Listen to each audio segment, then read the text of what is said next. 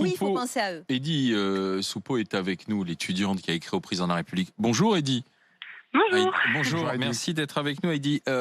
Quel retour vous avez depuis votre lettre hier? Est-ce que vous avez un retour des autorités ou pas encore?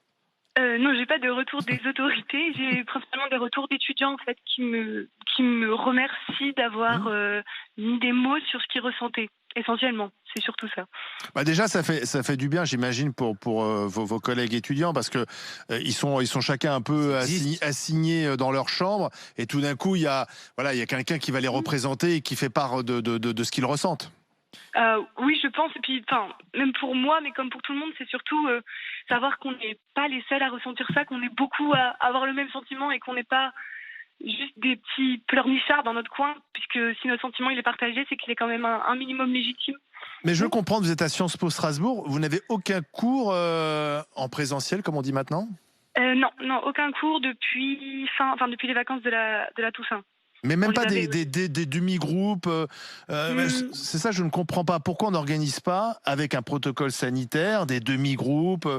Par exemple, j'ai cru comprendre que pour les examens, il faut être présent, mais pour les cours, c'est à distance. C'est pas la peine. Alors ça dépend beaucoup des facs. En fait, il y a des facs qui ont fait leurs examens en présentiel. Nous, par exemple, c'est en distanciel.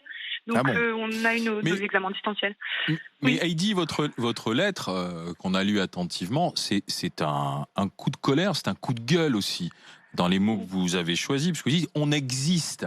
Mais qu'est-ce que vous attendez? Qu'est-ce que vous aimeriez là comme mesure, alors qu'on reparle d'un confinement? Vous voulez pouvoir ressortir et vous retrouver, c'est ça, tout simplement? Honnêtement, en publiant cette lettre, j'avais pas vraiment de mesures en tête, d'attente. C'était surtout, c'était assez thérapeutique en fait comme démarche, dans le sens où je parlais de ce que je ressentais et les autres me comprenaient.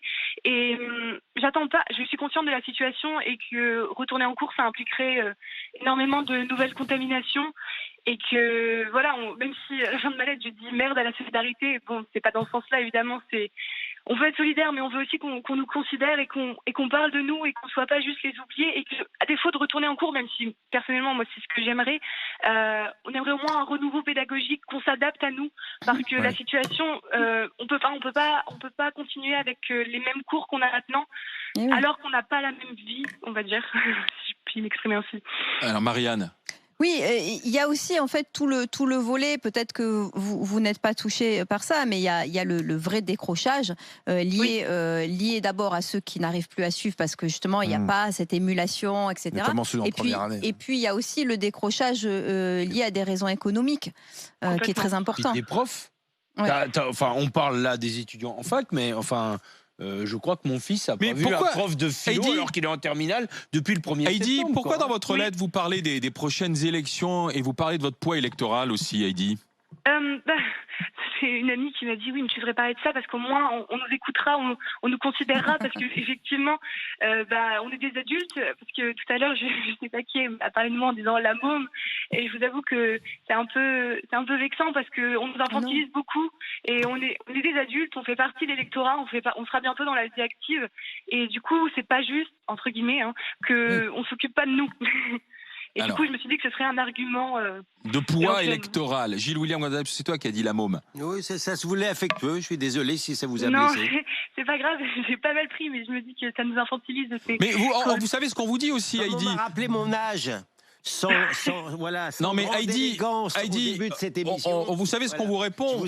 On vous répond, vous êtes une jeunesse qui n'a qu'à rester sur son canapé devant les réseaux sociaux. Vous avez aussi tous les groupes aujourd'hui qui vous permettent de chatter, de vous retrouver en visio avec les portables. Donc vous plaignez pas, ça peut durer un an et demi, et c'est pas la mort, quoi. C'est le cas de le dire. C'est dans ce sens-là, mais en fait les contacts virtuels, on a beau dire, c'est quand même très très différent. Et le contact humain, c'est quand même essentiel, et moi je m'en suis rendu compte particulièrement depuis le confinement, des choses que j'avais pas forcément conscience, et parce qu'aussi les contacts qu'on maintient, ils sont essentiellement déjà existants, et on ne fait pas de nouvelles rencontres, et je pense qu'à notre âge c'est assez essentiel. Ça veut dire qu'après cette crise, vous allez un peu délaisser les amis virtuels pour retrouver les amis physiques? C'est parfois les mêmes. C'est souvent les mêmes, oui. C'est souvent les mêmes, et après oui. Eddy, ne dites pas tout de même que vous n'avez plus de vie intérieure ou moins de vie intérieure. Je suis certain du contraire.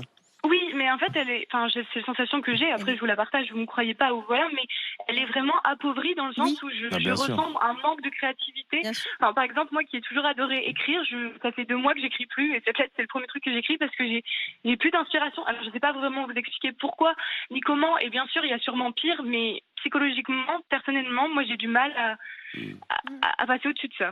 Merci Heidi, merci d'avoir été avec nous Heidi, merci. On va continuer notre discussion dans un instant. Est-ce que vous comprenez ce mal-être, ce malaise là aujourd'hui que ressentent les jeunes, que ressent la jeunesse et qui est traduit par Heidi?